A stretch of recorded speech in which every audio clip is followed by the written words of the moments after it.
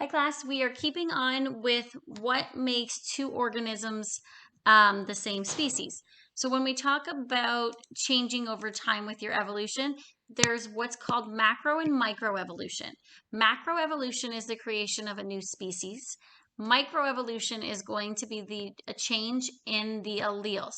So looking at your kind of DNA. So these are going to be changes in the genetic information that lead to evolution within a population, where your macroevolution is going to be the formation of a new species completely.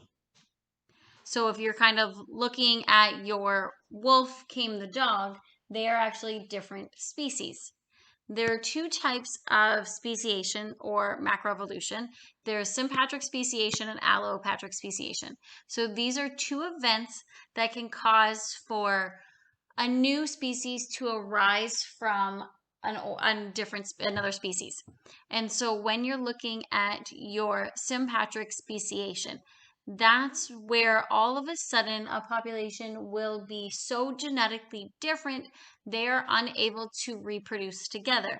Where allopatric speciation has to have a geographic barrier that prevents them from mating, and then eventually so much genetic change happens that they're no longer the same species.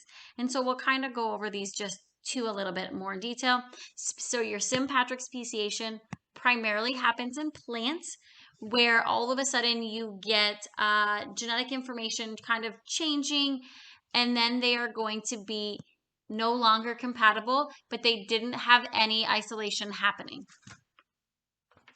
Where allopatric speciation is a barrier that comes in and separates two species, and over time, these two species have changed so much that they are no longer able to reproduce and produce a viable offspring. So what leads to, say, these two species kind of changing over time? We will see either there's kind of two theories on how ancestral organism can produce different offsprings kind of generations down the road that are no longer the same species, or they look very different. There's the gradualist model and the punctuated equilibria. They're both ways they explain that evolution can happen.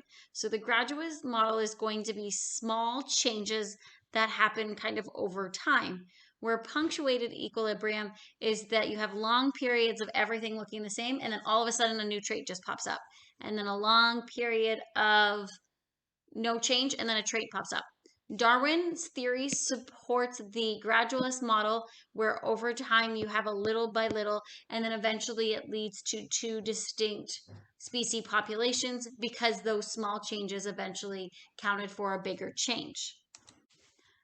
There are fossils that now show that sometimes these both models can work together, or we kind of have two distinct models. Even though Darwin supported the gradual model, there are fossils now that kind of say both of these models can happen depending on the species that are that they are studying.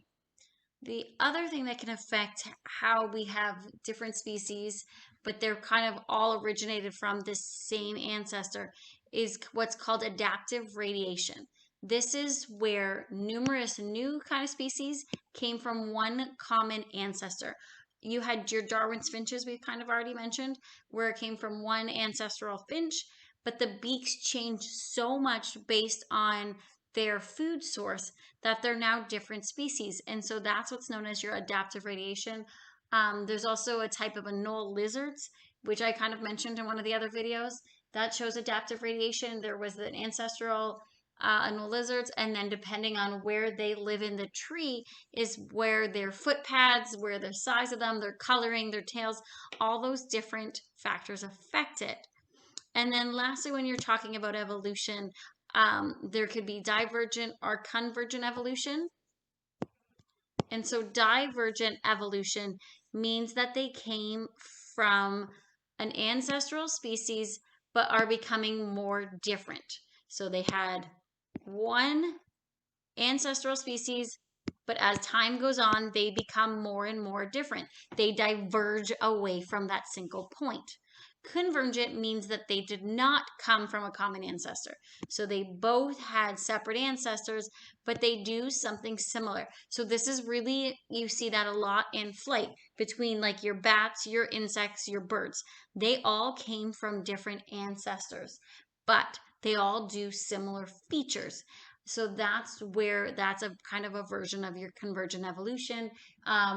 Marine species, if you're looking at like your dolphin and your fish with your fins, they came from different ancestors, but they all do the same thing and they show a particular trait.